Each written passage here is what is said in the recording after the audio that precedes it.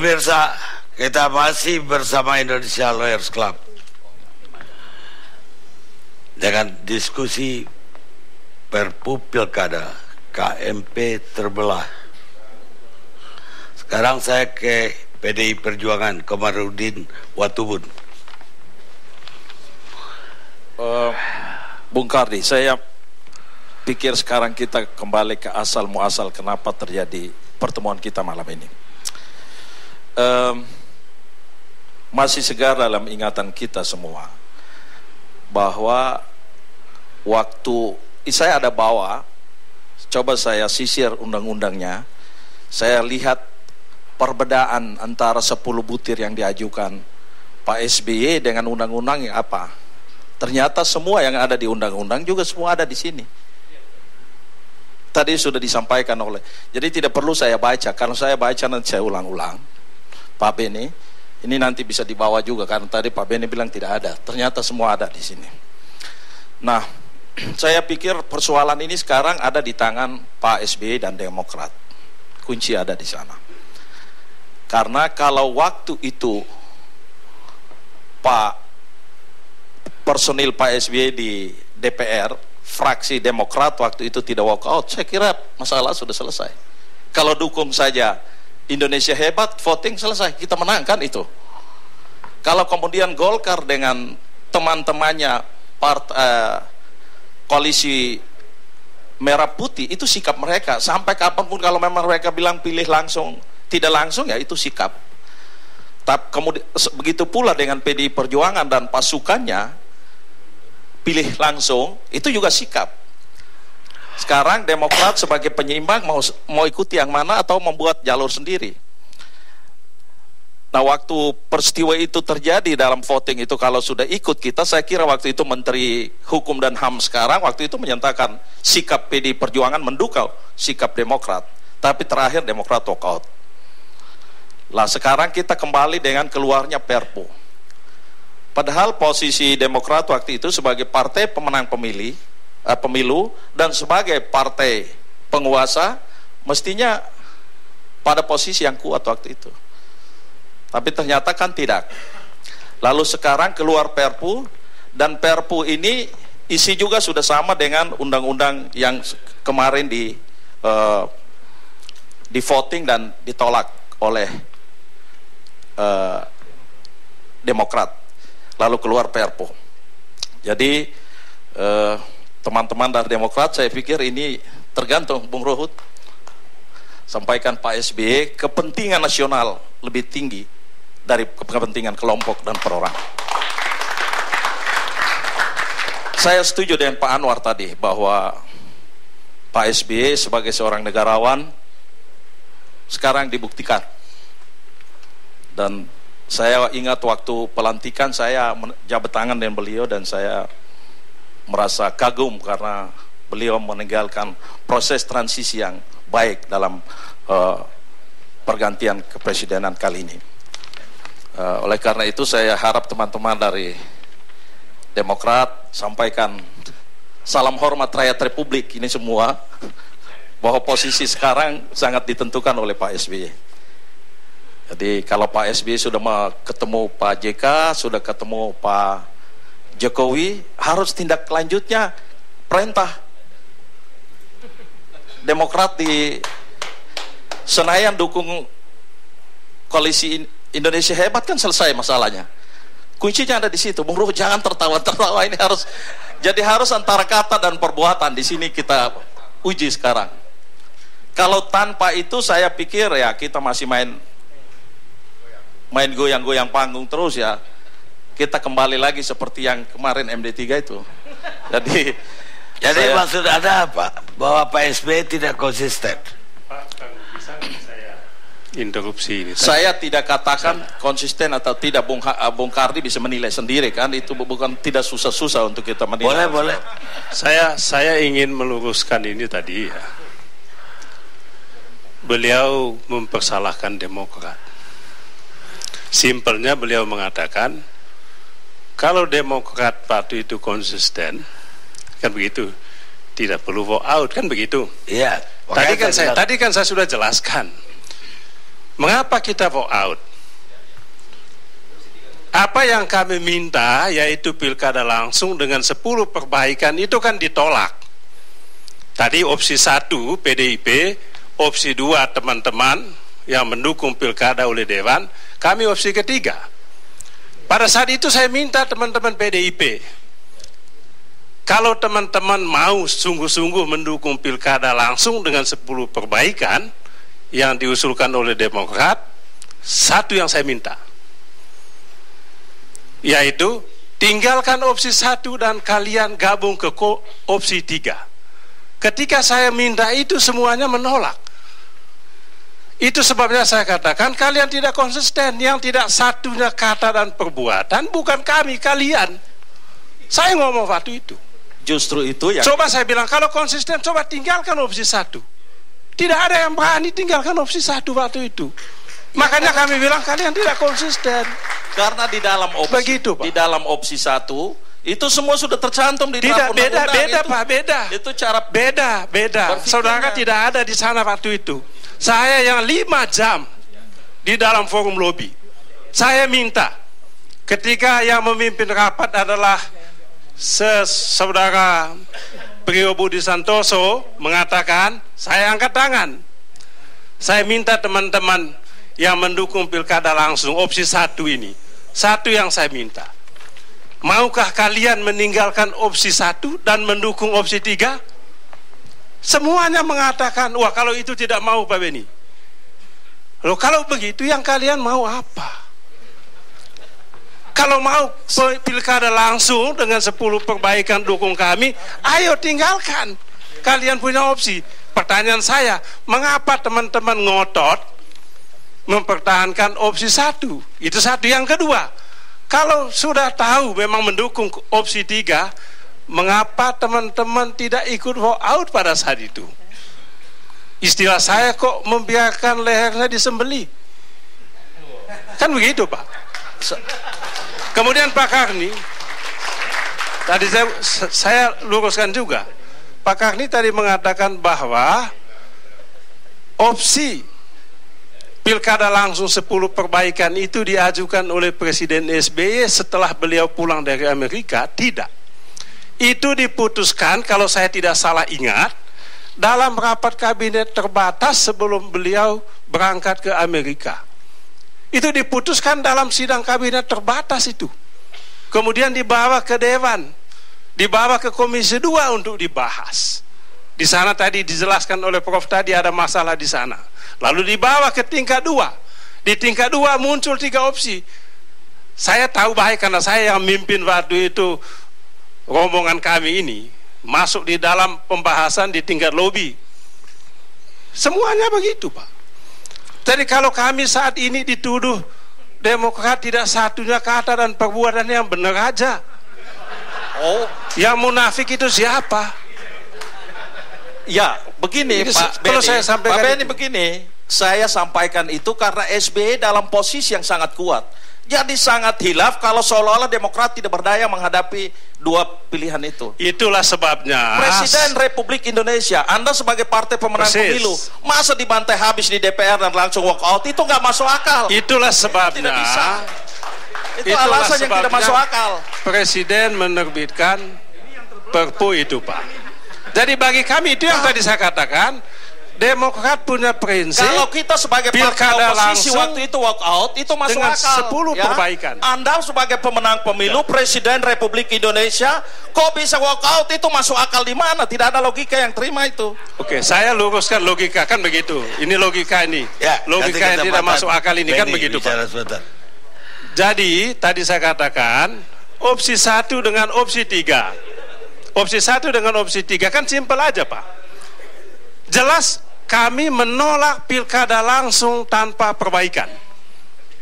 Jelas kami menolak pilkada langsung tanpa perbaikan. Mengapa?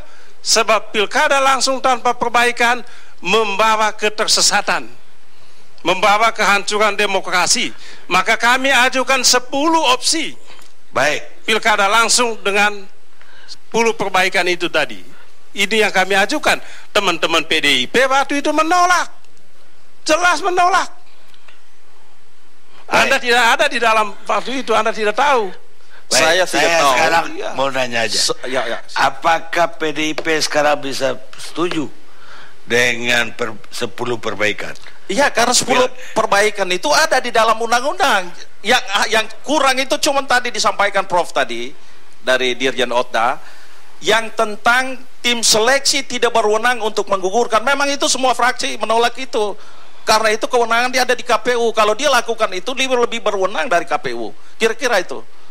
Jadi itu tidak ada hal yang baru. Sekarang pertanyaannya, kenapa ketika itu PDIP tidak terima opsi ketiga? sebenarnya saya lihat begini, Bung Kardi, waktu itu karena hanya soal gengsi. Demokrat sebagai partai pemenang yang berkuasa, ya kan, yang nama yang muncul PDI Perjuangan, kan itu saja masalah. Jadi masalahnya hanya ada di situ, Bung Benny, itu saja persoalannya. Ini bukan soal gengsi, Pak. Ya, dan kalau soal gengsi, yang gengsi itu siapa? Ketika kami meminta teman-teman PDIP, siapkah meninggalkan opsi 1 kalian, pilkada langsung tanpa perbaikan, dan gabung dengan opsi 3, pilkada langsung dengan 10 perbaikan? Tidak mau. Jadi yang gengsi itu siapa? Mestinya simple toh. Teman-teman PDIP waktu itu kalau sungguh-sungguh mau 1 kata dan perbuatan, oke, kita tinggalkan, kita punya opsi 1 dan mau gabung dengan opsi 3. Itu aja, selesai. Gak bisa, karena perdebatan antara langsung tidak langsung itu hanya tambal sulam saja. Tapi Pak, kalau Anda mau ambil alih panggung itu supaya Demokrat yang nama jelas PDI Perjuangan gak mau. Loh, ya, kan begitu. Jadi jelas. Itu soal akrobat sebenarnya. Soal permainan ini. Jadi yang gengsi ini Pak siapa? Ini kan soal gengsi saja. Jadi ya jelaslah teman-teman, kita menghormati teman-teman yang mempertahankan gengsi, kan begitu. Ya. Apa? Judulnya dirubah. Jangan KIP pecah. Judul jangan dirubah. Aku belum ngomong. Sekarang Pak Amir yang ngomong. Mantap. Mantap. Ya, Pak Amir udah dengar toh? Ya. Dari awal juga tadi persoalan saya bingung politik itu hari ini A, besok B, lusa C, kadang-kadang balik lagi ke A. Ya. Jadi yang terbelah bukan KMP Pak Karni. KMP juga terbelah itu. Dengar nanti aku. PAN belum jelas. Saya kira pilihan judul ini ya, melihat kepada waktu yang bergulir begitu cepat. Kita sudah lihat bahwa apa yang semula muncul di Munas Golkar Bali, yang merupakan satu terjadinya semacam rentetan reaksi daripada suatu adanya aksi. Kemudian waktu bergulir sedemikian cepat, sudah healing sendiri sebenarnya persoalannya. Jadi nuansa krisis itu sudah menyembuhkan dirinya sendiri di dalam perjalanannya. Tetapi diangkatnya oleh ILC ini menjadi diskusi, kita bahkan melihat apa yang terjadi di dalam ruangan ini, ya, satu nuansa healing yang kita dengarkan dengan nyaman dari Pak Tantowi dan kawan-kawan muncul seperti ini. Oleh karena itu, tanpa bermaksud saya untuk mengungkit apa yang terjadi di tanggal 26 September, saya kira saya berada pada posisi yang sama dengan apa yang disampaikan oleh Pak Benny tadi. Saya tidak di DPR, saya di luar, saya mengikuti. Tetapi di sini saya memang melihat apa yang sudah diakui oleh Pak Betaubun tadi. Ya, di sini persoalan gengsi kelihatannya dibuka dengan jelas. Tidak ingin Demokrat itu kemudian mendapatkan kredit point. Ya.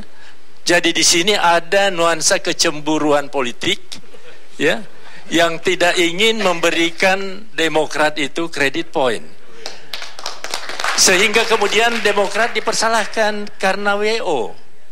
Tetapi tidak ada yang mengingatkan pihak lainnya, ya, kenapa tidak menerima apa yang diusulkan oleh Demokrat? Karena kalau sekarang diterima, tentu muncul pertanyaan kenapa pada waktu itu seandainya diterima urusan sudah selesai. Kenapa harus bergulir sejauh ini? Ya, karena benar apa yang dikatakan oleh Pak Beni tadi, beberapa saat sebelum keberangkatan Presiden waktu itu ke Amerika, memang ini diputuskan di sidang paripurna kabinet.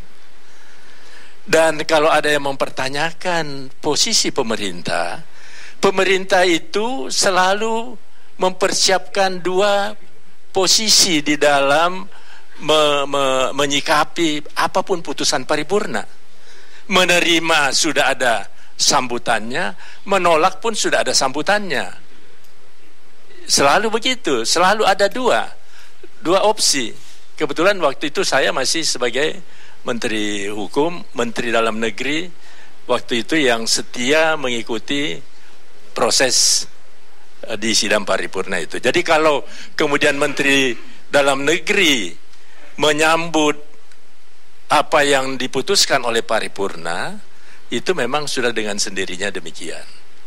Nah, sekarang saya ingin menambahkan sedikit dinamika yang terjadi setelah pertemuan Bapak SBY dengan Presiden Jokowi.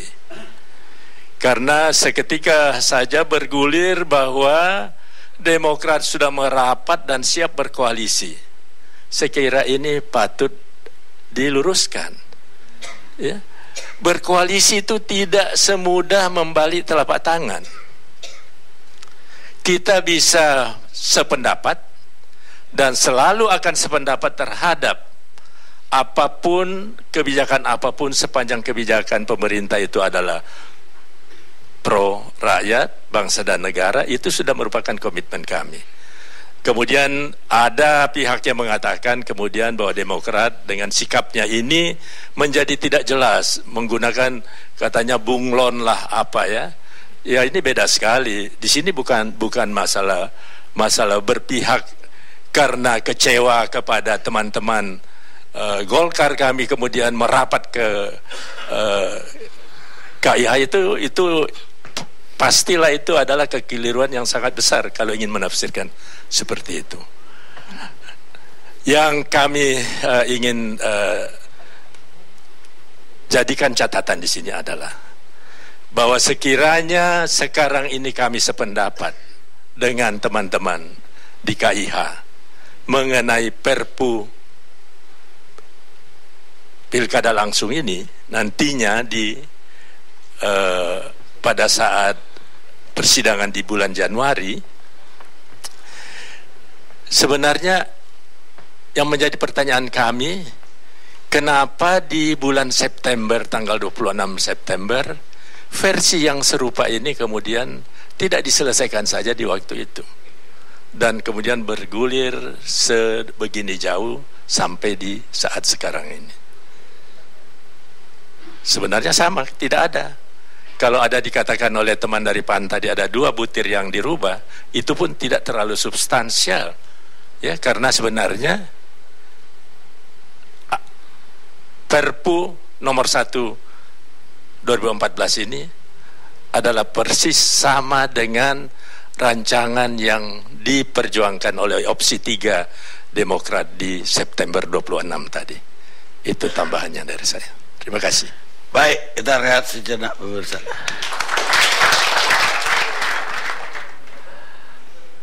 Pemirsa, kita lanjutkan diskusi kita. Melihat debat barusan antara PDIP dan Demokrat sudah ditutup oleh Ketua Dewan Kehormatan Partai Demokrat, Ketua ya Pak Amir, Pak Amir Samsudin. Saya kira kita agak perlu bersedih. Politik itu memang lebih berbahaya daripada perang. Dalam perang kita paling banyak dibunuh 1 kali, Tapi dalam politik berkali-kali. Winston Churchill, negarawan Inggris.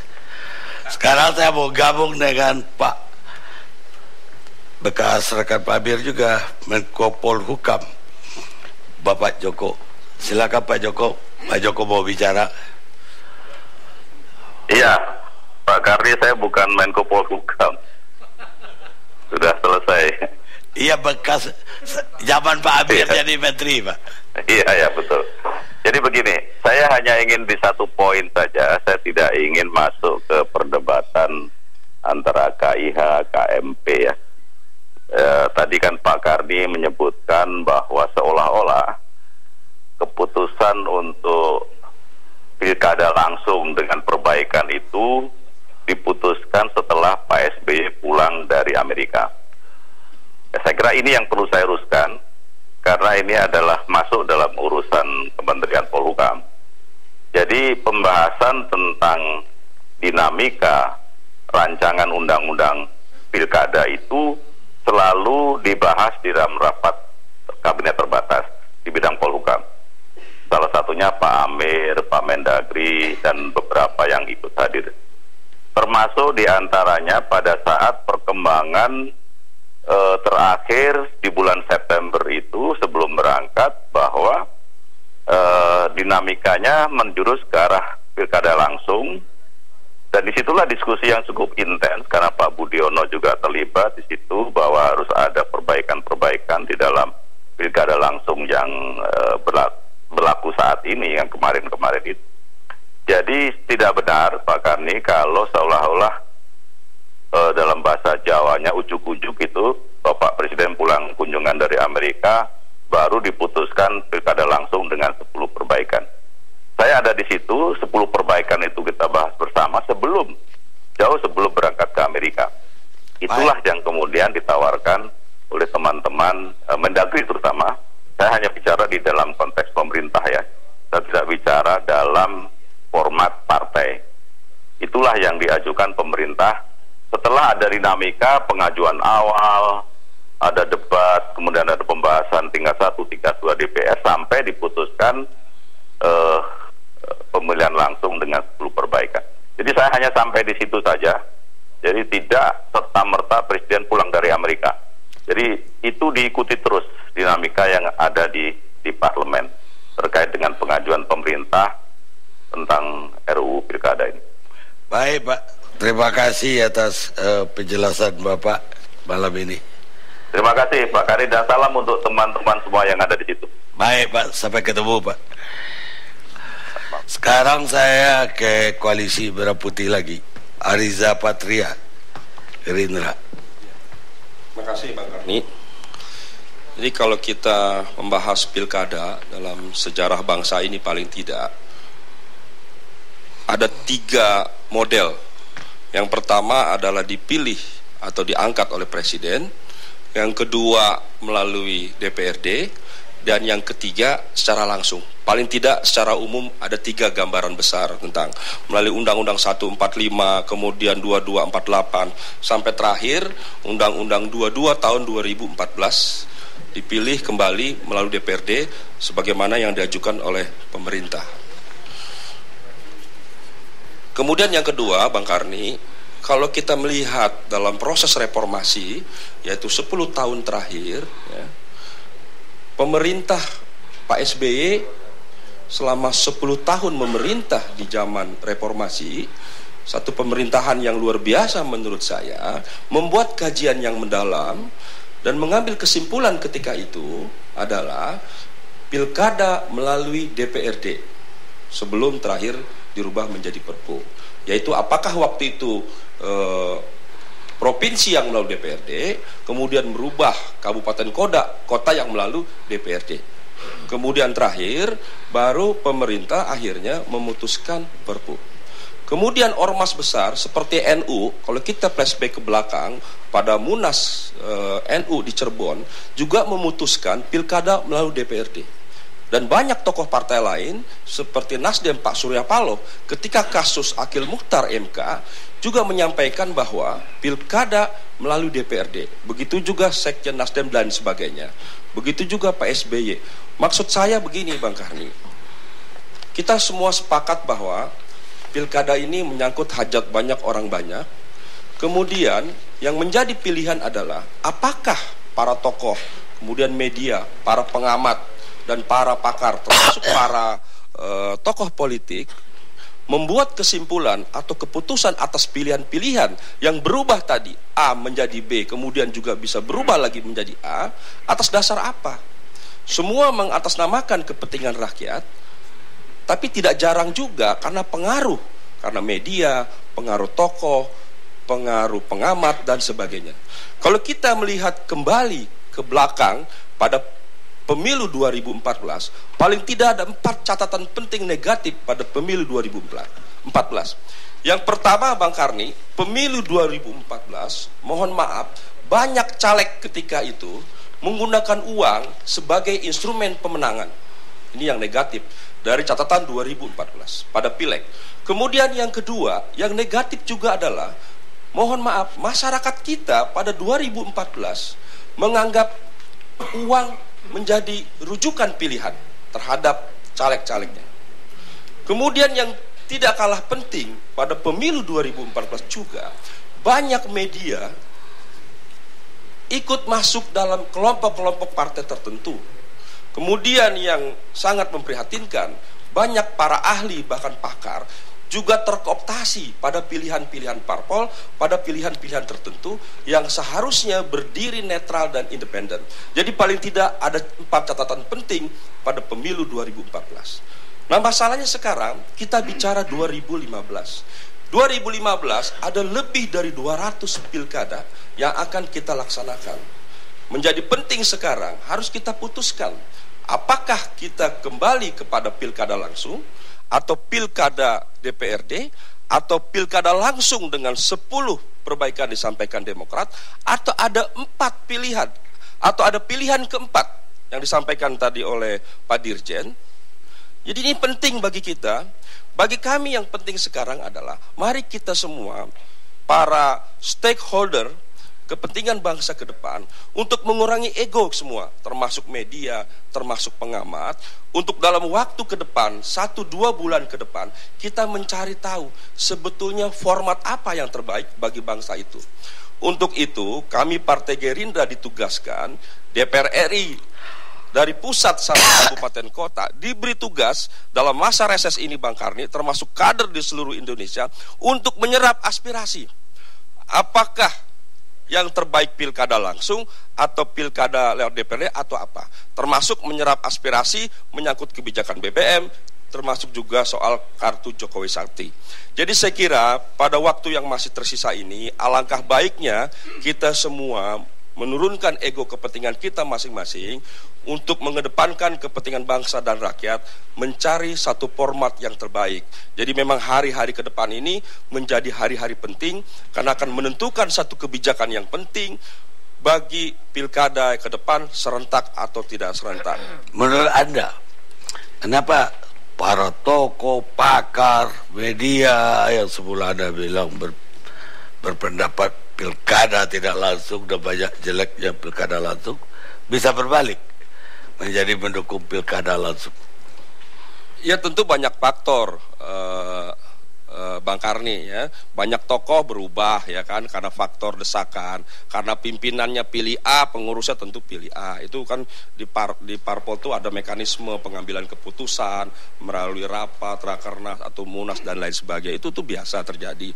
Kemudian di media juga kan ada kepentingan-kepentingan, mohon maaf ya kan, juga para pakar juga belakangan ini menurut saya juga terlalu kelihatan memihak satu blok kanan atau blok kiri, yang sebetulnya masyarakat ingin mendapatkan pencerahan dari para pakar kita, dari para ahli kita untuk duduk di tengah, kemudian menjebatani berbagai kepentingan, tidak memprovokasi atau memperuncing ada keadaan-keadaan berbeda. Itu harapan kami dari Partai Gerindra. Marilah dalam waktu yang tersisa ini kita semua bijaksana mencari satu pola, satu format, satu kebijakan yang baik. Begini Bang Karni, ini penting sekali keputusan ini ya bagi pilkada ke depan ini.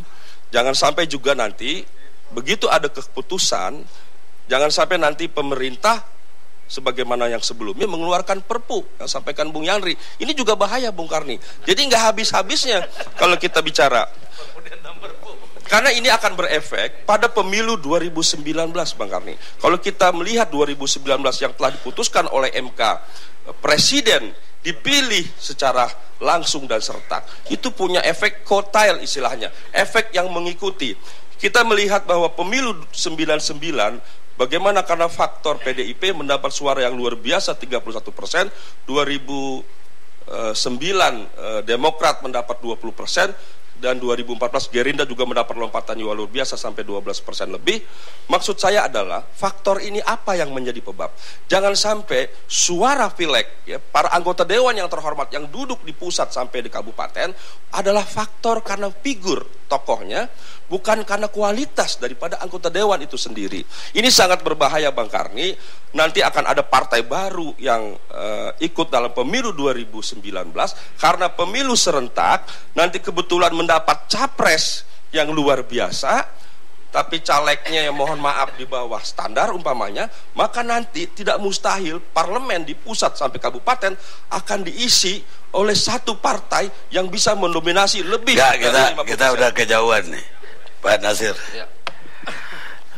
Nanti ada ragu lagi DPR sekarang, DPRD sekarang. Kayak Belanda juga masih jauh. Masih jauh. Terima kasih Pak Karni. Tapi sebelumnya Pak Karni mencermati tadi, ya Pak Komarudin, Pak Beni dan Pak Amir, itu memang menunjukkan Pak Karni benar apa dikatakan oleh Mas Tontowi, bahwa secara emosional, pemikiran, Demokrat itu lebih dekat ke KMP daripada KIA. Jadi begini Pak Karni, karena persetujuan ataupun tidak persetujuan terhadap Perpu itu memerlukan proses politik, fraksi PKS di DPR tentu mencermati dinamika politik baik yang ada di DPR itu sendiri maupun di luar DPR. Itu yang pertama. Yang kedua, kalau ditanya bagaimana sikap politik PKS terhadap pemilihan kepala daerah, apakah langsung atau tidak langsung. Sikap politiknya pada Undang-Undang 22 nomor 22 tahun 2014 jelas mendukung pemilihan kepala daerah secara tidak langsung. Dan itu bersama fraksi-fraksi yang tergabung dalam koalisi merah putih. Lalu pertanyaannya lagi adalah bagaimana sikap politik PKS pasca terbitnya Perpu tersebut. Apakah mendukung ya atau memberikan persetujuan atau tidak memberikan persetujuan. Secara kelembagaan sampai saat ini memang politik PKS ya baik yang ada di DPR maupun DPP belum memberikan respon. Apakah setuju atau tidak setuju? Meskipun memang ada sejumlah anggota DPR dari fraksi PKS memberikan pendapatnya, tapi itu belum mewakili secara kelembagaan. Tapi Pak Karni yang saya hormati, ada beberapa hal yang patut untuk kita cermati terkait dengan Perpu tersebut. Pertama, saya ingin menyampaikan definisi atau katakanlah frasa kegentingan yang memaksa. Saya ingin merujuk kepada putusan Mahkamah Konstitusi tahun 2010. Mahkamah Konstitusi itu memberikan 3 kriteria yang disebut dengan kegentingan yang memaksa. Yang pertama, ada kebutuhan ya yang mendesak untuk menyelesaikan masalah hukum secara cepat berdasarkan undang-undang. Yang kedua, ya, tidak adanya aturan, ya, sehingga kemudian terjadi kekosongan hukum, atau aturan itu ada tapi tidak memadai. Yang ketiga, dalam putusan Mahkamah Konstitusi tersebut, kekosongan hukum itu tidak bisa diselesaikan ya dengan cara membuat undang-undang seperti biasanya karena membutuhkan waktu yang lama. Jadi itu 3 hal yang diputuskan oleh Mahkamah Konstitusi terkait dengan frasa kegentingan yang memaksa. Pertanyaannya hari ini adalah apakah penolakan sejumlah masyarakat terhadap pemilihan kepala daerah tidak langsung itu bisa masuk dalam kategori kegentingan yang memaksa? Apakah misalnya kontranya sejumlah pengamat terkait dengan pemilihan kepala daerah tidak langsung masuk dalam kategori kegentingan yang memaksa? Kemudian apakah memang terjadi kekosongan hukum? Ya, karena aturannya ada sebenarnya. Ya, 1 hari umurnya lalu kemudian dikeluarkan Perpu. Yang kedua, Pak Karni, kami juga ingin mencermati putusan Mahkamah Konstitusi terkait bahwa mereka tidak berwenang lagi ya untuk menyelesaikan sengketa pilkada. Ya, dan ini kan juga harus dicermati dengan baik. Belum lagi nanti misalnya kita melihat adanya perbedaan-perbedaan di kalangan ahli tata negara. Ada yang mengatakan kalau Perpu itu ditolak otomatis undang-undang yang sebelumnya berlaku. Ada yang mengatakan tidak dan lain sebagainya. Jadi kami tetap ya PKS tetap mencermati dinamika politik yang hari ini sedang terjadi. Dan yang ketiga Pak Karni ya yang ingin saya sampaikan bahwa saya menghormati misalnya kehendak masyarakat ya yang menginginkan pemilihan kepala daerah secara langsung. Nah, kenapa? Paling tidak ada 3 alasan. Pertama, akuntabilitas pemerintahan daerah. Ya, akuntabilitas ini artinya apa? Ada transparansi. Ya, kemudian adanya tanggung jawab, kontrol dan lain sebagainya. Yang kedua, adanya pelayanan masyarakat. Jadi optimalisasi pelayanan masyarakat. Yang ketiga, kepala daerah tidak saja bertanggung jawab kepada DPRD, tapi juga kepada masyarakat. Tapi Pak Karni, yang ingin saya sampaikan bahwa survei-survei memang mengatakan bahwa masyarakat itu setuju dengan pemilihan kepala daerah secara langsung. Tapi survei itu juga mengatakan bahwa masyarakat banyak yang tidak puas terhadap kinerja pemerintahan daerah yang dipilih langsung oleh rakyat. Nah, itu sebabnya partai-partai politik harus menjelaskan kepada masyarakat bahwa ada kondisi seperti ini gitu. Sehingga kemudian ketika ya praksi-praksi yang tergabung dalam koalisi merah putih ingin memberitahukan kepada masyarakat bahwa ada situasi seperti ini, lalu kemudian sikap politik yang diterjemahkan dalam bentuk pemilihan kepala daerah tidak langsung, itu karena apa? Karena ingin memberikan pendidikan politik kepada masyarakat, karena sepertinya masyarakatnya bingung. Di satu sisi mereka setuju dengan pemilihan kepala daerah secara langsung, tapi di sisi lain juga mayoritas mereka ya tidak setuju, tidak puas dengan kinerja pemerintahan daerah yang dipilih secara langsung. Apalagi sebahagian besar ya kepala daerah yang dipilih secara langsung itu berurusan dengan masalah-masalah hukum, khususnya kasus-kasus korupsi. Nah, ini kan tanggung jawab partai politik sebenarnya untuk memberikan pencerahan, memberikan pendidikan politik kepada masyarakat. Begitu Pak Karni. Ya, saya memuja partai politik karena partai politiklah satu-satunya tempat yang tersisa bagi kita di mana orang tidak berbicara politik. Oscar Wilde, penyair Inggris, kita rehat sejenak.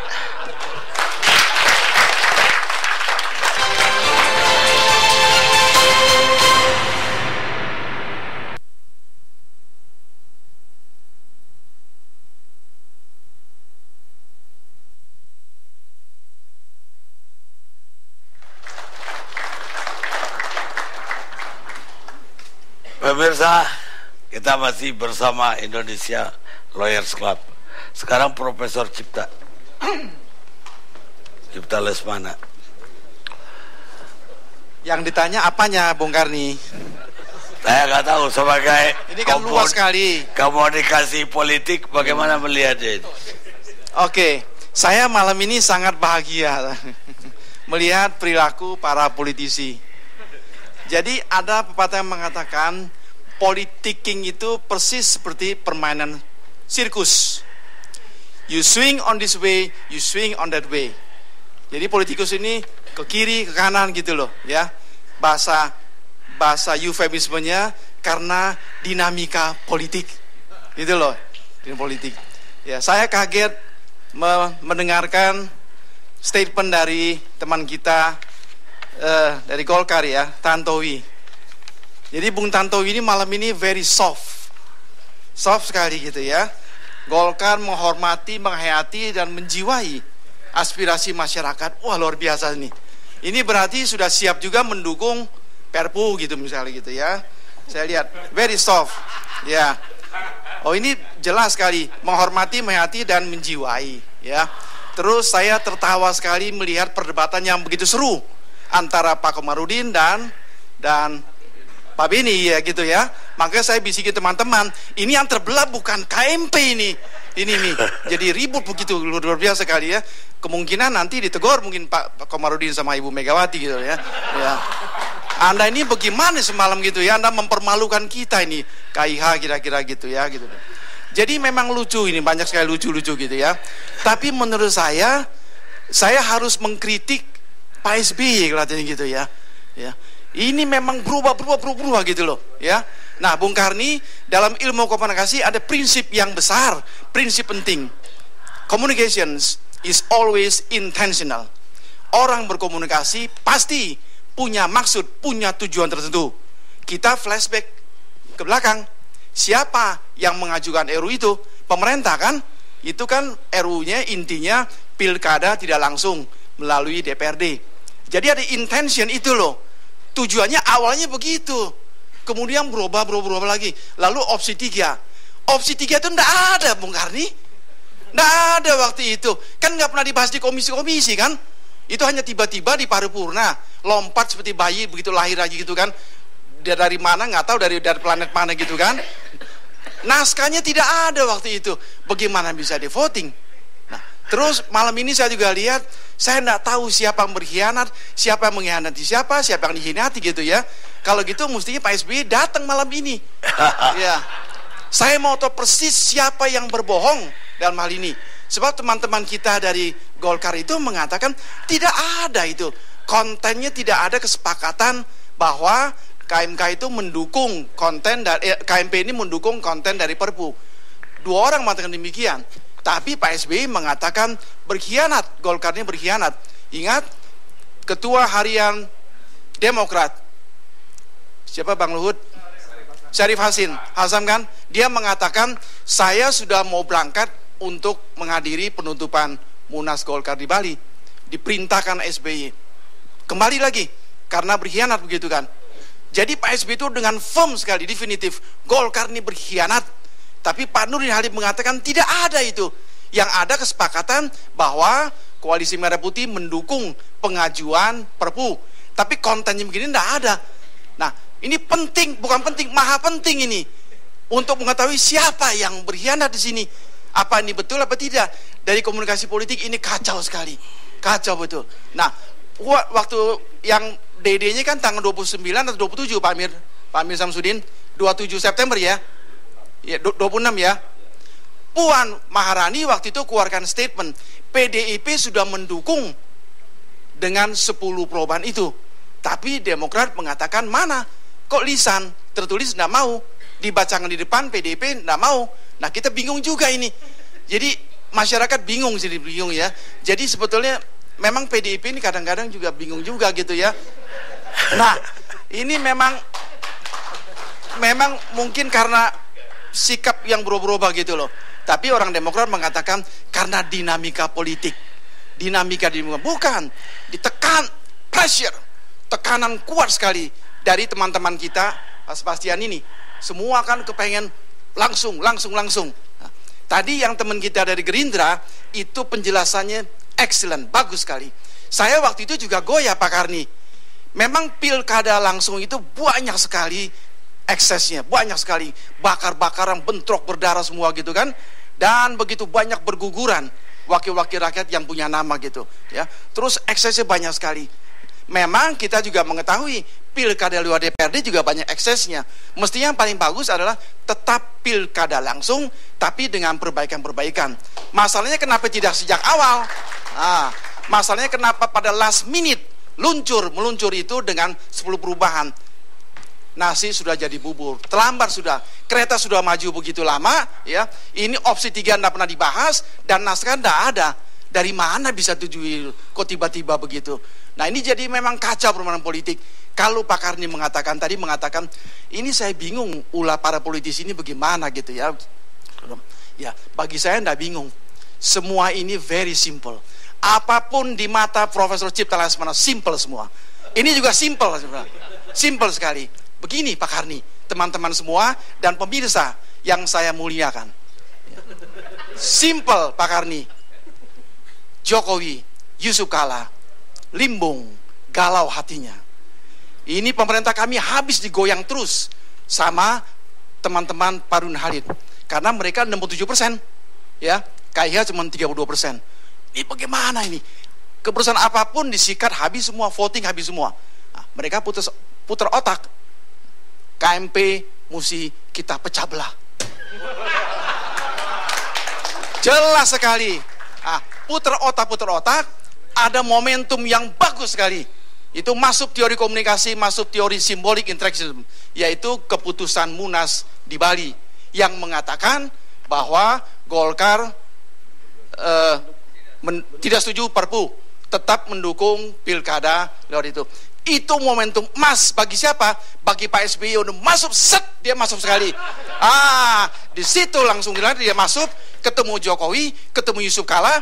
Yusuf Kala langsung mengatakan, ditanya Presiden, Pak Wakil Presiden, bagaimana dengan Perpu ini? Oh, Perpu pasti disetujui karena sudah dapat 60%. Komitmen.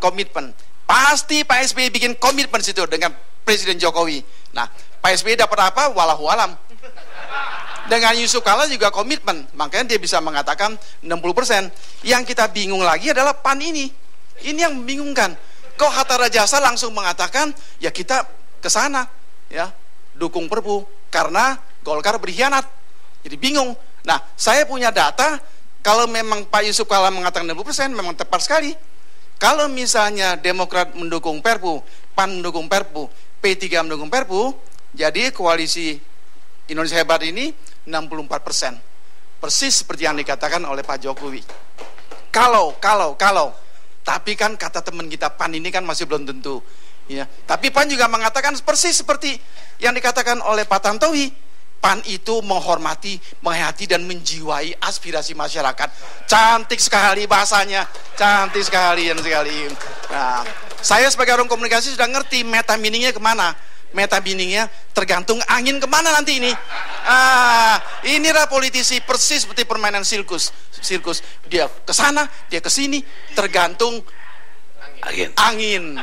Ya, tergantung angin gitu. Bukan angin, bukan tergantung kepentingan politik. Titik. Situ Pak Kardi. Sudah. Tergantung kepentingan. Saya sudah katakan di TV One, pemerintah Jokowi 6 bulan sampai 2 bulan pasti reshuffle kabinet. Pasti. Nah, nanti begitu Demokrat merapat, there is no free lunch in this world. Tidak ada makan siang. Demokrat pasti akan jadi menteri di sana nanti. Kemungkinan Luhut Sitompul nanti. Kemungkinan. Dia ketawa-ketawa karena Luhut ini orang yang paling setia sekali, paling konsisten dia. Jadi masuk nanti dia. Demokrat masuk di sana. Kenapa? Kominfo. Luhut waktu itu sudah ngomong sama saya, Bang Cipta, tolong dukung saya ya. Saya kemungkinan Kominfo, saya dukung Pak Luhut, saya bilang gitu loh. Siapapun yang minta dukung saya dukung gitu loh. Jadi reshuffle kabinet ini. Nah, sekarang permasalahannya Quo-Vadis Partai Golkar. Nggak tahu saya kemana. Pihak sana kepengen Golkar juga dibetot gitu loh. Dibetot masuk ke sini gitu loh. Ini tergantung seberapa kuat Nurdin Halid kan. Tapi kalau Nurdin Halid kuat, saya yakin Golkar solid. Tergantung nanti kan Menkumham kan. Saya sudah kasih tahu petinggi Menkumham. Saya bilang, Pak, tolong hati-hati. Jangan lagi Menkumham itu melakukan kesalahan yang kedua yang fatal sekali. Dalam kasus V3, saya sudah katakan, awas, hati-hati. Ini petinggi nih Pak. Saya katakan, dia panggil saya Pak, minta advice dari Profesor Cipta Lesmana. Ya. Dia tanya saya, bagaimana Pak Cipta ini kita menghadapi Golkar? Saya bilang begini Pak, gitu lah. Saya nggak bisa buka di sini dong. Si petinggi ini ngomong sama saya, Pak Cipta, terima kasih, bagus sekali Pak. Saya bilang hati-hati. Ya, masa menteri baru 2 hari duduk langsung bikin SK keputusan blunder sekali. Diperintah oleh pengadilan, Menkumham diperintah oleh pengadilan tunda pelaksanaan SK itu. Malu Pak, menteri digituin Pak, dikepret gitu Pak. Aduh, malu. Saya sudah bilang supaya Menkumham jangan lagi melakukan kesalahan yang sama. Fatal Pak. Baik. Pertanyaan lagi? Pak Cipta, dalam politik, kebohongan hari ini bisa ditutup dengan puji-pujian dan rayuan esok hari. Jin Rostan. Setuju Pak, setuju. Oke. Rud.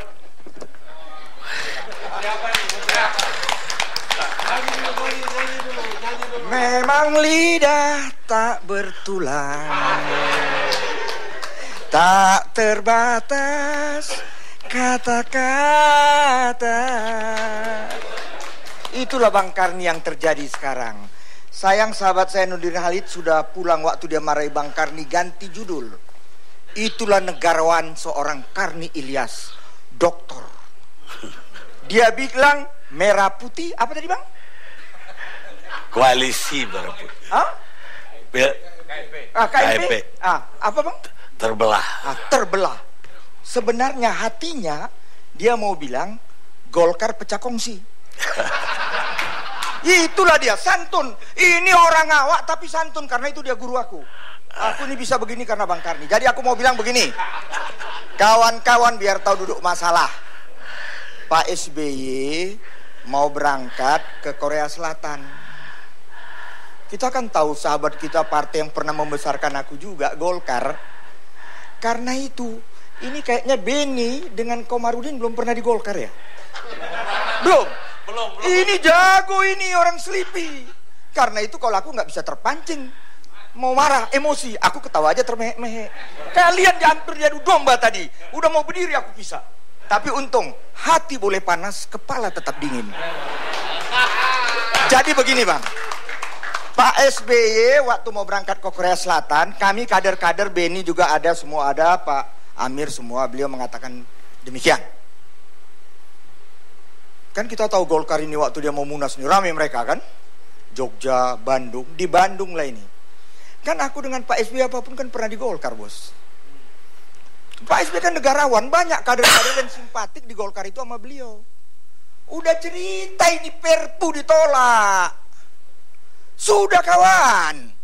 Pak SBY katakan, itulah aku nyanyi, memang lidah tak bertulang, tapi ini bertulang. Karena Pak SBY patuh dengan hukum. Pak SBY mengatakan, silakan saja. SBY nggak emosi, dia kan santun, tenang. Nanti ku kepret ini, yang sudah ditandatangani itu, biar rakyat tahu. Itulah keluar kata-kata yang sekarang kalian dengar. SBY santun, rendah hati, jujur itu, dia marah. Dia katakan pengkhianat. Pengkhianat dong. Sayang, Nurdin Halid udah pergi. Siapa bilang? Saya di DPR, sekjen yang ikut menandatangani P3 datang ke saya. Bang tolong sampein ke Pak SBY. Saya juga teken kok bang, sekjen, bukan hanya ketua umum. Surya Dharma Ali, dia bilang gitu. Begitu juga kata Pak Hatta Rajasa. Beliau lagi husuk di tanah suci. Kata hatinya mengatakan demikian, Chandri. Itu ketua umum Anda. Ya? Dan betul, ini memang ini profesor doktor ini, Pak Cipta Lesmana ini yang bisa bikin aku pinter. Ya, apa yang dia katakan tadi betul. SMS juga masuk Pak. Bolehlah sekarang itulah lidah nggak bertulang, wacana atau apa. Saya kebetulan di TV sebelah diundang bang, diulang terus itu statement Haji Samsudin bang. Statement. Jadi Perpu, biar kalian nanti menjadi bupati, wali kota, gubernur, dan gak usah khawatir, kalian akan kulindungi. Apa yang terjadi? Yance di Kali, Jawa Barat. Yance di Jawa Barat. Sedih gak? Kenapa aku sedih? Yance itu sama dengan saya, pemuda Pancasila. Yoris sama dengan saya, pemuda Pancasila, dipecat. Kan itu masalahnya. Jadi ini semua judul yang diangkat Bang Karni, saya bilang dia negarawan. Karena kita tahu TV One ini siapa ownernya. Tapi dia berbicara dengan hati. Ini kita salut dengan Bang Karni. Dia berbicara dengan hati. Jadi kawan-kawan mengenai Perpu ini, nggak usah khawatir lah. Ya. Kalau lihat bahasa tubuh, sudahlah. Kami tegaskan, kami tetap tidak di merah putih. Kami tidak di Indonesia Hebat. Kami netral, penyeimbang di tengah. Tapi kata bahasa tubuh, kayaknya untuk ini karena kami penyeimbang, kami terima kasih. Kalau didengar Ibu Megawati, didengar Bang Surya Paloh, didengar oleh PKB, didengar oleh P3, sahabat-sahabat saya Indonesia Hebat, semua mendukung Perpu. Terima kasih. Udah menang tapi Betty. Beda-beda tipis. Tetapi ini mohon maaf, akibat Perpu sakitnya di sini. Kata lagu dangdut, di hati. Pecah. Partai yang saya dari pengurus kecamatan, tingkat 2 Jakarta Selatan, tingkat DKI dan pusat. Kok jadi bisa begini? Itu kali karena kualat sama Pak SBY. Itu kualat. Kenapa saya katakan kualat? Lihat hasil Ancol. Dengan ini kami mendukung Perpu. Kami tidak mendukung merah putih. Pecah kongsi.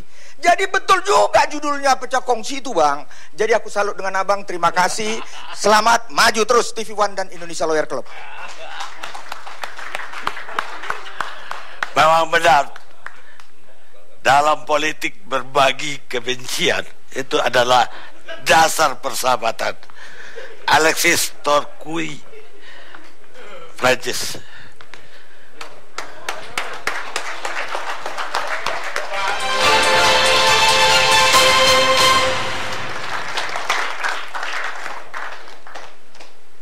Pemirsa, kita dalam diskusi Perpu Pilkada. Koalisi Merah Putih terbelah. Sekarang Victor Laiskodat, politisi Partai Nasdem. Baik, terima kasih Bang Karni. Yang pertama memang karena tahun depan November itu 200 lebih pilkada itu akan bersamaan jalan, maka tidak ada lagi pilihan lain selain menyetujui Perpu ini. Tidak ada pilihan lain. Yang kedua, memang demokrasi itu mengharuskan agar setiap warga negara aktif terlibat untuk memberikan keputusan-keputusan politiknya. Jadi memang pemilihan langsung itu memberikan ruang kepada seluruh warga masyarakat bangsa ini untuk berpartisipasi aktif. Itulah sesungguhnya demokrasi, tanpa ada ancaman, tanpa ada aturan yang membatasi hak-hak warga negara dalam memberikan hak-hak politiknya. Nah, karena itu memang tidak lagi dipersoalkan apakah ini langsung atau tidak langsung. Memang seperti apa yang disampaikan oleh teman dari Gerindra tadi, bahwa memilih dua cara ini mempunyai kelemahan-kelemahan tentunya. Saya sepakat itu. Tetapi untuk pilkada langsung mengharuskan setiap orang yang ingin maju menjadi pemimpin di daerah itu untuk berkunjung di setiap pelosok daerah itu untuk berbicara tentang bagaimana mimpi dia untuk membangun daerah itu. Mengharuskan dia. Kalau pilkada DPRD, dia hanya berada maintain kelompok-kelompok kecil ini terus-menerus dan tidak pernah berpikir berkaitan dengan kehidupan realita masyarakat. Dan karena itu memang pilihan kita hari ini. Dari sekian banyak pengalaman pilihan-pilihan yang ada, saya berpikir lebih realistis kita memilih pilkada langsung sebagai bagian yang kita pilih dalam semangat untuk reformasi bangsa ini. Nah, karena itu Bang Karni, saya lihat bahwa hari ini ributnya pilkada ini bukan masalah karena mau langsung atau tidak langsung sebenarnya. Sebenarnya kini pelimpahan kekuasaan negara daripada pemerintah pusat kepada daerah ini tidak pernah didesain secara baik.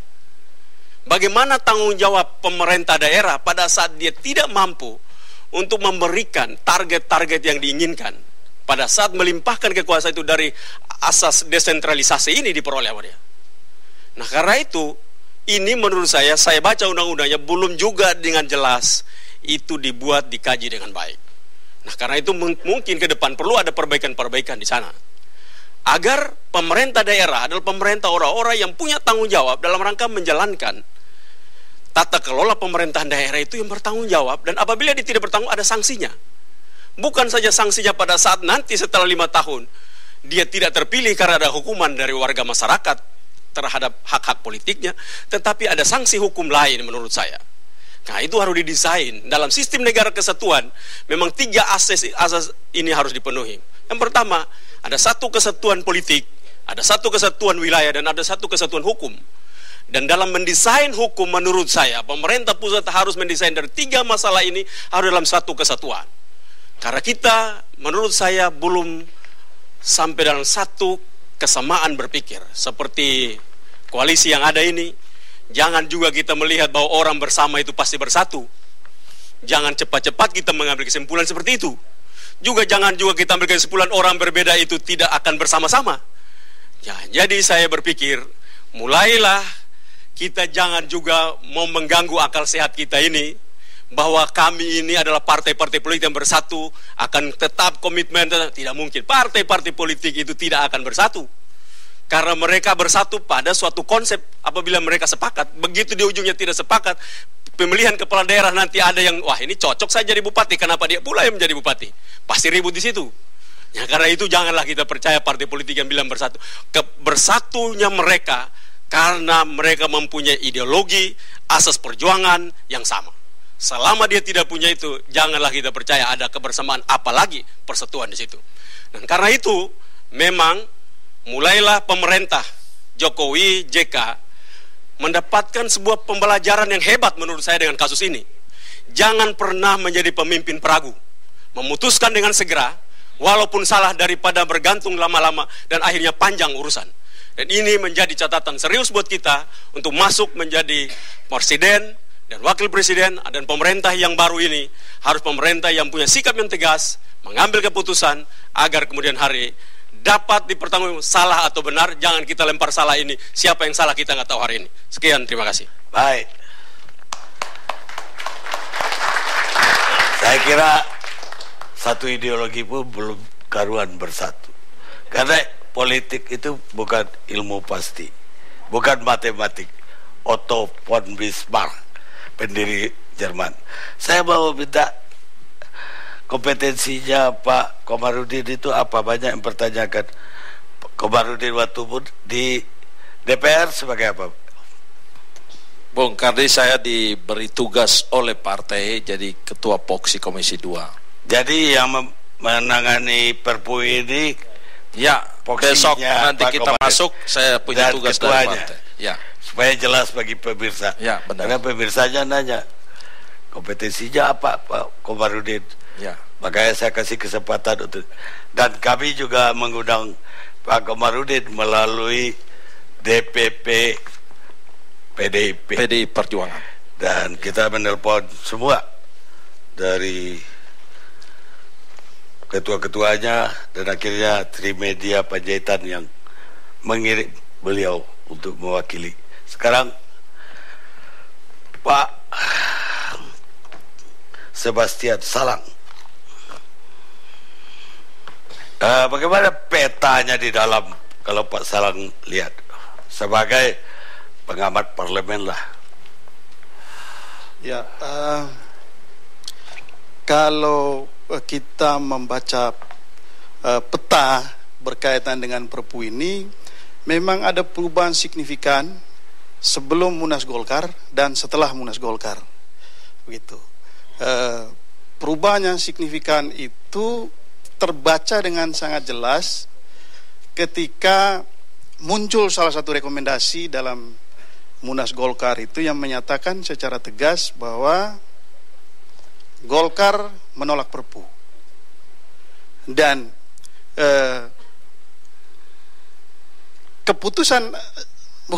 rekomendasi itu kemudian dibaca oleh Demokrat, terutama Pak SBY, lalu kemudian memberikan reaksi yang sangat keras. Maka kemudian sinyal itu terbaca di publik bahwa oh ini Demokrat kemudian kemungkinan dia akan bersatu dengan Koalisi Indonesia Hebat, begitu. Nah, lalu kemudian menyusul lagi kemudian pernyataan dari PAN yang mengatakan, terutama ketua umumnya, kita akan ikut mendukung Perpu. Maka dengan begitu, kalau tidak ada perubahan yang signifikan, maka mestinya Golkar dengan teman-temannya kalah telak dalam penentuan ini. Nah, sebetulnya kalau soal Perpunya sendiri, kalau tidak ada tsunami gitu ya dalam waktu dekat ini, maka mestinya Perpu sudah jelas disetujui DPR.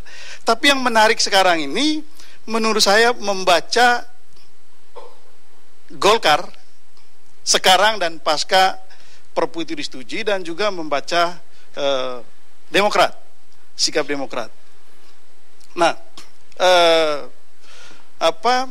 mainan Golkar hari ini menurut saya mereka dalam posisi yang serba sulit dengan melihat peta yang ada sekarang. Serba sulitnya kenapa? Karena ketika rekomendasi itu dikeluarkan, maka pada saat yang sama itu ada harapan yang diberikan kepada ketua DPD 1 maupun DPD 2 yang kemudian punya konsekuensi pada dukungan terhadap Pak Ical dalam Munas itu. Maka apabila nanti Perpu ini disetujui, pasti ada DPD 1, DPD 2 merasa kehilangan kesempatan yang sudah dijanjikan sebelumnya. Maka ini senjata makan tuan. Jadi dengan situasi ini, maka Golkar di bawah pimpinan Pak Ical akan menghadapi dua persoalan sekaligus setelah ini. Pertama, dia akan menghadapi persoalan dengan DPD 1 dan DPD 2 yang menuntut apa yang sudah dijanjikan di Munas itu melalui rekomendasi dan penjelasan dari DPP-nya. Lalu kemudian berhadapan dengan kelompok Ancol yang mengambil sikap mendukung Perpu gitu. Jadi ini memang situasi yang menurut saya sangat berat bagi Golkar pasca pengesahan Perpu. Itu yang pertama. Lalu yang kedua, ini kita membaca sikap Partai Demokrat gitu ya. Demokrat memang hari ini memainkan posisi yang sangat menentukan. Yang tadi Prof. Cita mengatakan Demokrat ini bisa main ke kiri, bisa juga main ke kanan. Dan dia sangat menentukan hari ini. Kalau dia main ke Koalisi Merah Putih, maka pasti Perpu ditolak. Kalau dia main ke Koalisi Indonesia Hebat, maka pasti Perpu ini disetujui. Jadi kemana Demokrat ini bermain, maka dia selalu mendapat keuntungan. Dalam situasi seperti ini memang dengan sikap dia menjadi penyeimbang, maka sikap itu selalu mendapat dua hal pada saat yang sama. Dia bisa positif efeknya, bisa juga negatif. Positif itu kalau Demokrat mengambil sikap dalam setiap kesempatan mendukung kebijakan pemerintah apabila kebijakan itu dinilai positif dan bermanfaat bagi kepentingan rakyat, maka tidak peduli dengan KMP, begitu. Tapi negatifnya kemudian dengan sikap yang selalu ada di tengah dan dia bisa bermain ke kiri dan main ke kanan, maka Demokrat ini bisa juga dicap sebagai partai oportunis gitu, yang tidak punya sikap yang jelas dan tegas dalam setiap pilihan politik. Jadi ini memang situasi yang buat Demokrat hari ini sangat seksi, buat Demokrat ya, dia sangat seksi dalam menentukan sikapnya hari ini, dan itu yang membuat teman-teman di KMP juga ketar-ketir dengan sikap Demokrat. Dan saya kira situasi psikologis itu sangat dipahami betul oleh Pak SBY, sehingga dia mengambil sikap yang sangat tegas. Nah, pertanyaannya kemudian, apakah pasca Perpu ini seperti yang dikatakan Prof. Cipta tadi, Demokrat kemungkinan akan bergabung dengan Koalisi Indonesia Hebat, atau dia bertahan menjadi penyimbang terus-menerus? Nah, itu yang menarik menurut saya, yang akan kita cermati di hari-hari yang akan datang. Saya kira. Tapi bukankah ia mengajukan Perpu ini presiden yang notabene adalah Ketua Umum Demokrat, sehingga tidak mungkin Demokrat gak mendukung Perpu. Nah, logika yang sama kan juga ketika rancangan undang-undang itu diajukan. Pemerintah yang mengajukan rancangan undang-undang tentang pilkada ini, lalu kemudian pada saat tertentu Demokrat mengambil sikap berbeda. Jangan lupa pada saat yang sama ya Pak SBY juga ketua Demokrat dan juga dia presiden. Jadi ini situasinya mungkin sikap Demokrat menjadi sangat jelas dan terkonsolidasi dengan baik hari ini justru karena ada rekomendasi dari Demokrat. Begitu. Jadi justru karena ada rekomendasi Golkar gitu. Jadi ini memang mainan Golkar ini yang membuat sebetulnya macan yang sudah tidur itu bangkit kembali gitu. Jadi ya, Jadi ini strategi yang menurut saya, di satu sisi untuk kepentingan jangka pendek Golkar itu mereka bisa mendapatkan sesuatu dari rekomendasi itu, tapi jangka panjang itu menjebak dirinya sendiri. Ya, benar yang saya bilang tadi, bahwa yang paling mengagumkan dari politik itu adalah betapa pendeknya itu memori. Kita rehat sejenak.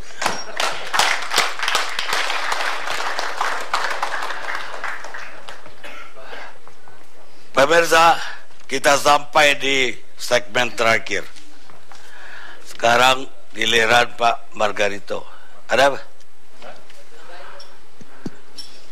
Dengan seizin Bang Karni, kiranya saya bisa merespons. Pertama apa yang disampaikan oleh Profesor Cipta Lesmana tadi, kemudian yang menurut kami seluruh kader Golkar agak terusik dengan apa yang disampaikan oleh mantan orang Golkar yang kami hormati Bang Ruhut Sitompul. Ini kalau diizinkan ini. Silakan. Ya, begini. Makasih Bang Karni. Jadi apa yang disampaikan oleh Profesor Cipta tadi, kalau dilihat dari sudut pandang bahasa komunikasi politik, ya tergantung kita mempersepsikannya itu seperti apa. Memang kalau kita melihat satu statement politik, itu persis sama dengan ketika kita melihat satu lukisan abstrak. Tergantung dari perspektif mana kita melihatnya. Nah, kalau kami dengan penuh keyakinan bahwa apa yang kami sampaikan secara terbuka, bahkan berulang-ulang kepada publik, ya itulah isi hati kami sesungguhnya. Bahwa Partai Golkar bukanlah partai yang disampaikan oleh mantan kadernya sendiri sebagai partai pengkhianat. Saya rasa jauh daripada itu. Nah, oleh karena itulah kami sangat mengapresiasi kesempatan malam ini yang dapat memberikan klarifikasi bahwa dalam posisi politik Partai Golkar, kami tetap menghormati Perpu tersebut karena itu adalah komitmen yang sudah ditandatangani bersama oleh Ketua Umum dan Sekjen dari 6 partai politik. Komitmen, apalagi tertulis. Dan kami akan komit dengan statement, dengan komitmen tersebut. Nah, tapi pada sisi lain, setiap partai politik itu pasti mengadakan munas, pasti mengadakan rakernas, di mana dalam forum tersebut kader itu berhak ya untuk berbicara apa saja. Bahkan ada statement pecat ketua umum itu dimungkinkan dan diperbolehkan dalam forum tersebut. Nah, oleh karena itu kader-kader kami yang jumlahnya 547 orang, saya masih ingat, yang terdiri dari ketua DPD 1 dan 2 dari seluruh Indonesia. Tak satu pun yang tidak datang, Pak Cipta. Semua hadir. Dan syukur alhamdulillah tidak satu pun yang sakit. Jadi ini semua adalah kehendak Allah. Semuanya hadir, tidak ada yang memberikan mandat. Semua adalah pemegang mandat. Nah, dalam forum tersebut Bang Karni, salah satu yang menurut kami teramat penting adalah meminta kepada DPP Partai Golkar untuk memperjuangkan pilkada tidak langsung. Kenapa mereka memperjuangkan itu? Karena sebagian besar mereka adalah mereka yang pernah merasakan, mengalami sendiri mudarat dari pilkada langsung. Saya rasa itu sangat subjektif dan itu diperbolehkan karena itulah forumnya. Nah, kewajiban dari sidang waktu itu, sekali lagi kami ulangi, adalah mengakomodasinya, kemudian menjadikannya sebagai sebuah rekomendasi. Rekomendasi ini sekali lagi kami ulang, atas keinginan dari Bapak Abu Rizal Bakri dan Bapak Akbar Tanjung. Karena tidak bisa dijadikan sebagai keputusan, karena bukan domain atau otoritas dari DPP. Itu adalah domain dan otoritas dari fraksi Partai Golkar yang ada di DPR RI. Yang mesti diperjuangkan itu Bang Karni adalah agar pilkada dijalankan secara tidak langsung atau melalui DPRD.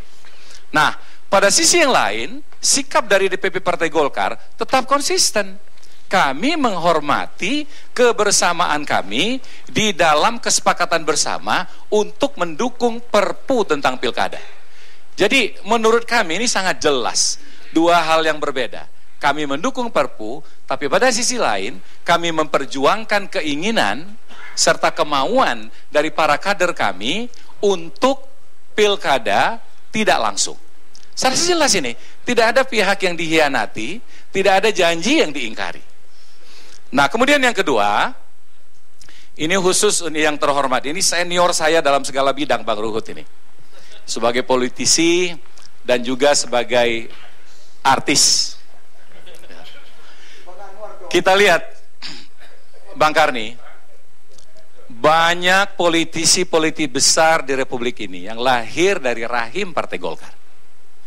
Karena Golkar itu adalah sokoguru, universitas politik bagi kader-kader partai politik bangsa. Katakanlah di sini, ada Victor, mantan Golkar. Kemudian sebutlah ada Cahyokumolo, ya, mantan Golkar. Anwar Fuadi, pernah ikut konvensi, ya, pernah ikut konvensi calon presiden dari Partai Golkar. Banyak lagi, you name it. Kebanyakan mereka berhasil itu akibat tempaan dari Partai Golkar. Betul.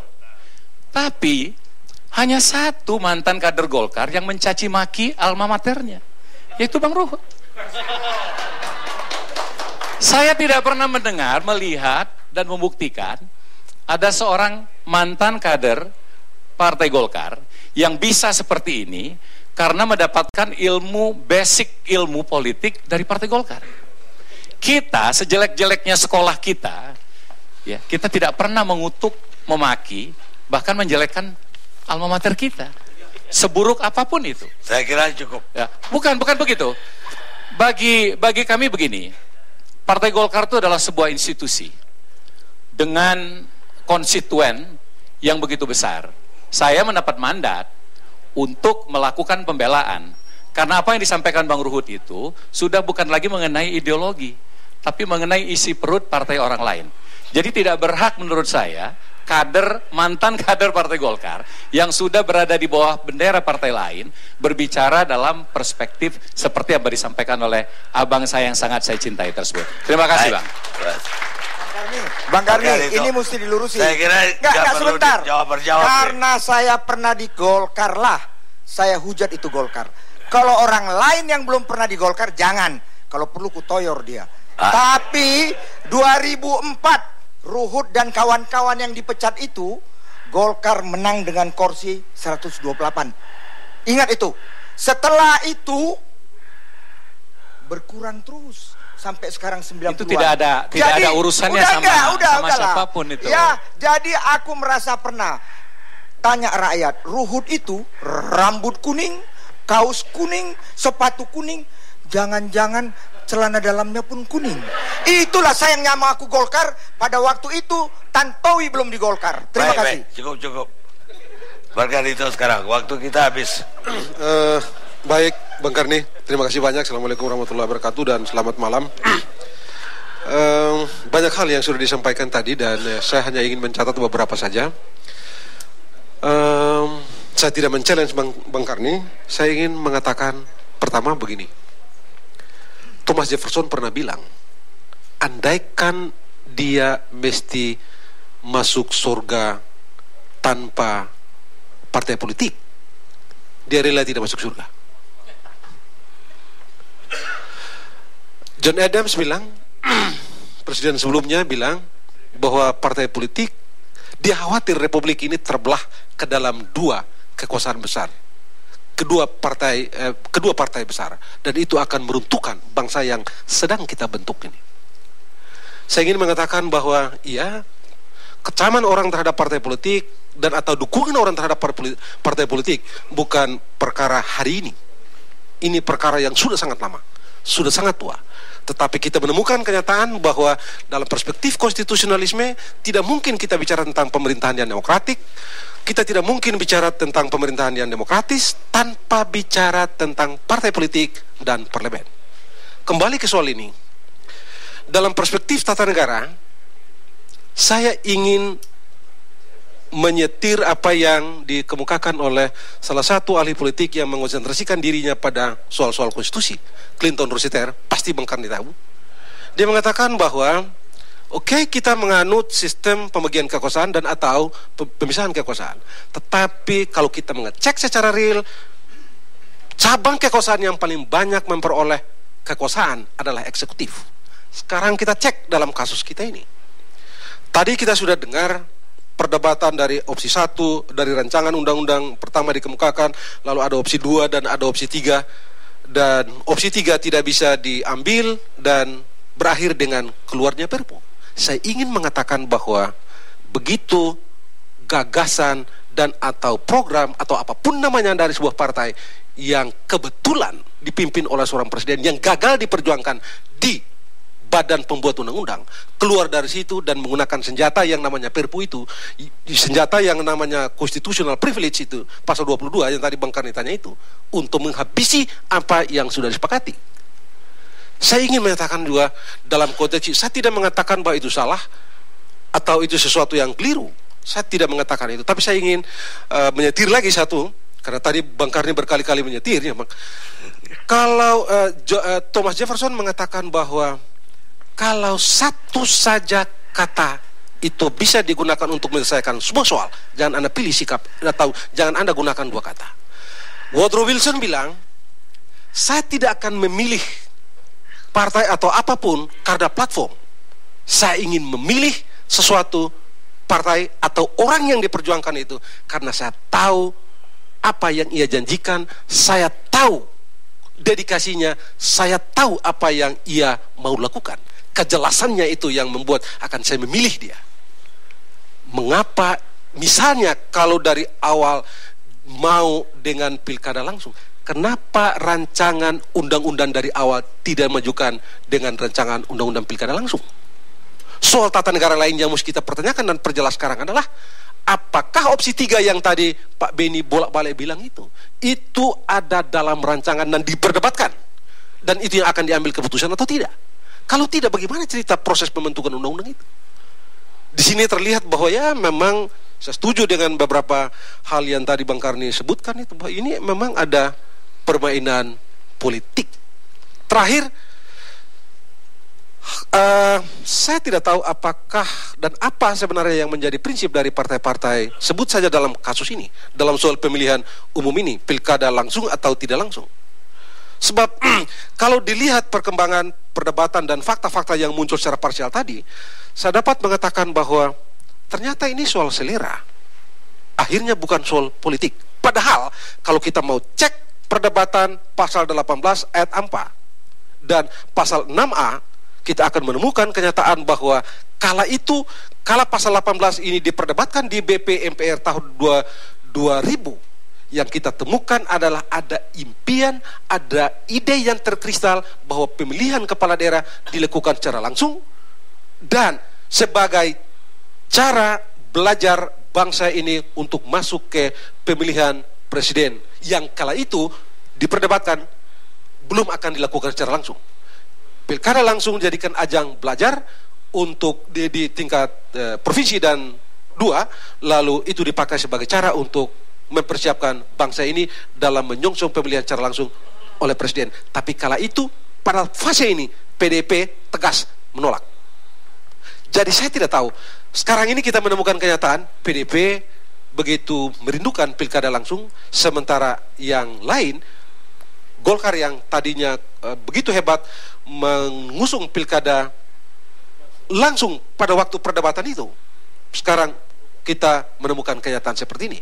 Sehingga soal kita dalam kehidupan berbangsa dan bernegara, khususnya yang berkaitan dengan partai politik ini adalah, adakah prinsip-prinsip atau hal-hal mendasar yang menjadi dan membuat partai-partai ini bisa kita pegang untuk mengelola kehidupan berbangsa dan bernegara atau tidak?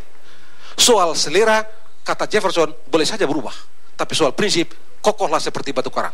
Itu saja yang mau saya sampaikan. Terima kasih banyak. Assalamualaikum warahmatullahi wabarakatuh. Baik, gongnya Pak Refli. Ya, terima kasih Bang Karni, diberikan kesempatan terakhir, disetrap saya. Nah itu fatwa. Sampai terakhir. Fatwa ya. Saya tidak ingin mengulangi lagi apa yang sudah disampaikan. Saya kira nanti akan backfire lagi kita berdebat kembali. Tapi saya ingin memberikan catatan terakhir mengenai problem diterima atau ditolaknya Perpu. Nah, saya ingin mengatakan demikian. Barangkali kita tidak terlalu memikirkan hal-hal yang teknis barangkali. Kita hanya berdebat mengenai perlu tidaknya pilkada langsung dan tidak langsung. Padahal sekarang ini sudah ada peraturan pemerintah pengganti Undang-Undang nomor 1 2014 yang kemudian harus diterima atau ditolak. Tetapi bagi saya dari perspektif hukum tata negara sangat-sangat problematik kalau itu ditolak sesungguhnya. Kenapa demikian? Kalau diterima Perpu ini, maka dia menjadi undang-undang. Segala persiapan yang dilakukan oleh KPU saat ini itu jalan dengan sendirinya. Tidak akan ada adjustment apa-apa. Tetapi kalau Perpu ini ditolak, maka kemudian akan terjadi yang namanya legal vacuum, kekosongan hukum. Sebagian mengatakan bahwa kekosongan hukum itu akan diisi di Undang-Undang Pencabutan Perpu. Kan begitu? Karena Undang-Undang 12 2011 mengatakan kalau Perpu itu ditolak akan diatur di Undang-Undang Pencabutan Perpu. Pertanyaan saya adalah apa yang mau diatur di Undang-Undang Pencabutan Perpu itu? Apakah dia akan kemudian mengatur begitu banyak pasal yang memberlakukan kembali Undang-Undang 22 yang sudah mati, sudah dicabut dengan Perpu, ataukah kemudian dia memasukkan kembali Perpu yang sudah ditolak ke dalam Undang-Undang Pencabutan itu? Problematik. Karena itu mungkin yang paling bisa dilakukan di dalam Undang-Undang Pencabutan Perpu itu adalah kami menyatakan bahwa Perpu dicabut. Sudah selesai. Maka kemudian bagaimana kekosongan hukum persiapan pilkada ke depan? Maka akan terjadi dilema ketatanegaraan adalah kalau terjadi kekosongan hukum maka sah menurut putusan Mahkamah Konstitusi mengeluarkan Perpu lagi. Jadi menjelang pemilu kada, katakanlah di provinsi apapun itu, keluarkan saja Perpu. Lalu kemudian ketika proses selesai, berlangsung selesai, ajukan Perpu, kemudian ditolak lagi DPR, buat lagi Perpu. Maka tidak akan pernah selesai. Nah, karena itu yang terbaik menurut saya mungkin sebagai solusi terakhir adalah paling tidak problematik kalau Perpu itu ditolak. Kalau begitu enak sekali Presiden. Memang begitulah desain konstitusi kita. Legislative power itu dimiliki 50% Presiden dan 50% DPR. Tetapi Presiden plus Perpu. Itu yang membedakan kekuasaan legislatif Presiden. Karena itu kalau ada presiden masa lalu yang mengeluh kekuasaan dia lemah, itu betul-betul presiden yang lemah. Ya, jadi tidak ada alasan seperti itu sebenarnya. Nah, tetapi saya juga menyadari sesungguhnya Perpu ini banyak juga kelemahannya. Ya, sebenarnya banyak kelemahannya. Contoh misalnya concern kita soal mahal. Ini masih mahal ini. Ya, salah satunya misalnya pengawas. Kita ingin pengawas itu dibuang saja misalnya, ini kelompok civil society. Ini pengawas sampai TPS, mahalnya minta ampun. Lalu kemudian yang namanya electoral dispute-nya, itu kita menginginkan bahwa ini agar kemudian penyelesaiannya lebih bermartabat, lebih baik, ya, lebih tidak ada mafianya, tetapi ini harus melalui pengadilan tinggi dan kemudian bandingnya ke Mahkamah Agung. Kita bayangkan banyak sekali orang kemudian akan menunggu di tikungan. Nah, tetapi menurut saya, kalau ini disahkan terlebih dahulu, maka kemudian barangkali PR bagi DPR yang baru ini adalah bagaimana memperbaiki instrumen itu.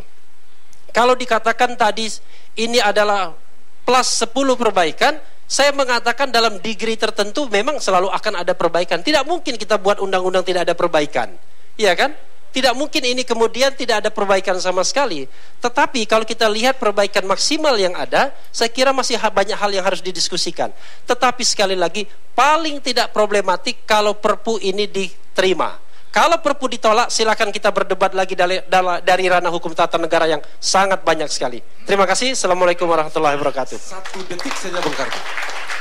Saya pernah diundang ke Komisi 2 DPR RI dan dalam soal Perpu ini, dan saya mengatakan pada waktu itu begini, dalam soal yang terakhir ini, andai kata Perpu ini ditolak, ya 205, Perpu ini ditolak, maka dalam undang-undang tentang pencabutan Perpu ini dapat dicantumkan satu pasal yang menyatakan Undang-Undang 22 2014 diberlakukan kembali.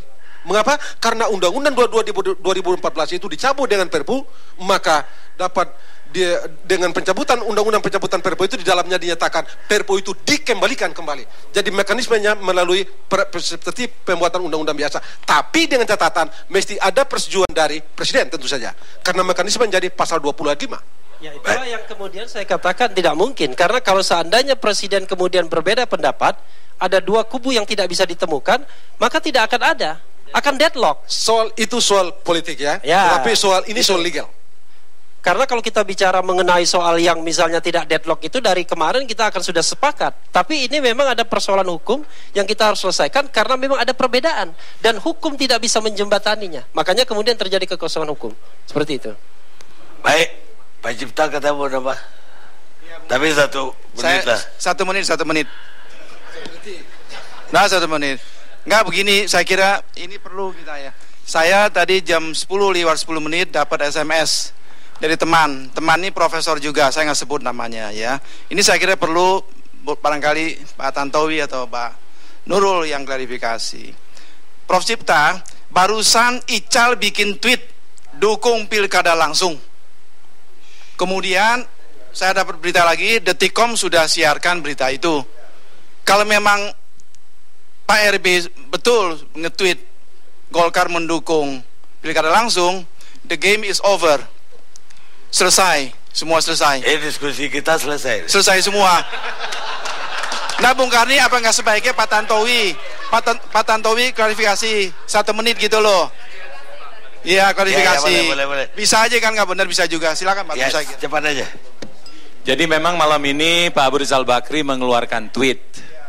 Tapi tweet tersebut dirubah sedikit maknanya sehingga langsung disimpulkan Partai Golkar mendukung pilkada langsung. Padahal sebenarnya tweet aslinya itu adalah bahwa sebagaimana yang saya sampaikan tadi Prof, bahwa Partai Golkar menghormati komitmen yang sudah dibuat bersama dengan 6 partai politik ya. Kemudian fakta lainnya adalah namun demikian sesuai dengan amanat Munas, DPP Partai Golkar akan memerintahkan fraksi Partai Golkar di DPR RI untuk memperjuangkan pilkada tak langsung pada bulan Januari. Perlu diperjuangkan. Itu yang benar. Baik pemirsa, semakin bingung kan?